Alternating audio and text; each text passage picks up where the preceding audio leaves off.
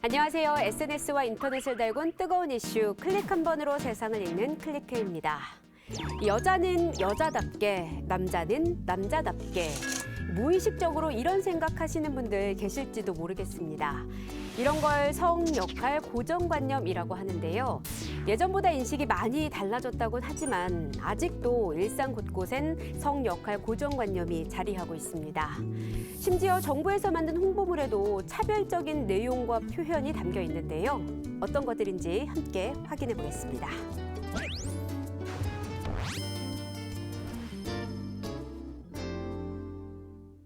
지난 1월 서울시 임신출산정보센터에서 임신 말기 행동 요령으로 남편 밑반찬 챙기기, 가족들 속옷 챙기기 등을 제안하고 남아있는 가족들이 불편하지 않게 준비하라며 출산을 앞둔 여성의 가사 부담을 가중시키는 내용을 소개해 논란이 일었습니다. 그런가 하면 지난해 6월 발표된 2019 주거실태 조사 결과에서 국토교통부는 신혼부부 가구를 혼인한 지 7년 이하이면서 여성 배우자의 연령이 만 49세 이하인 가구로 정의했다. 여론의 문매를 맞았습니다. 이에 이 문구는 하루 만에 삭제됐습니다. 국가인권위원회가 지난 3월부터 6월까지 공공홍보물의 성차별 표현 실태를 모니터링했습니다. 그 결과 760건의 차별적 표현 사례가 발견됐는데요.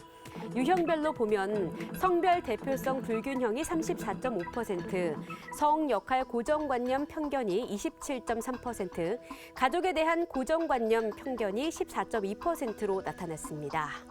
실제 정보부처 홈페이지나 블로그에 올라가 있는 게시물을 통해 살펴볼까요? 고용노동부에서 동화 잠자는 숲속의 공주 내용을 빌려 홍보물을 만들었습니다. 주제는 산업안전보건교육의 필요성인데요. 카드뉴스엔 공주인 여성 노동자가 나옵니다. 이 공주는 현장에서 일하는 노동자임에도 볼터치에 귀걸이까지 하고 있죠. 여성은 꾸미는 존재라는 불필요한 성 고정관념을 반영한 모습입니다. 교육부에서 제작한 직업계 고등학교 이색학과 소개글입니다.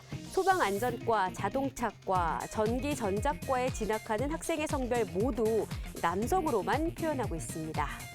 환경부가 내놓은 명절맞이 홍보물입니다. 여성은 명절 음식을 준비하고 장을 보는 역할로, 남성은 운전과 성묘 등을 수행하는 역할로 나뉘어 그렸습니다. 이뿐만이 아닙니다. 범죄 피해자는 여성으로 표현하고 피해자에 대한 고정관념을 강화하는 게시물도 있습니다. 딥페이크에 대한 처벌 강화 내용을 소개하며 불필요하게 자극적인 여성의 신체 이미지를 활용하는가 하면 대부분의 폭력 피해자를 눈물을 흘리거나 위축된 수동적인 존재로 표현하기도 했습니다. 우리가 흔히 접하는 공공홍보물에는 앞서 보신 성차별적 내용뿐 아니라 이주민과 장애인들을 차별하고 혐오하는 표현도 쉽게 볼 수 있는데요. 장애인의 휠체어를 밀어주는 비장애인 사진에 적힌 문구입니다. 장애 대학생 도우미 덕에 자신감을 얻었다. 심각한 수준의 차별적 표현은 아니지만 장애인을 의존적 존재로 묘사하고 있습니다. 지금 보고 계신 건 법무부에서 만든 국내 체류 외국인 지원 포스터입니다.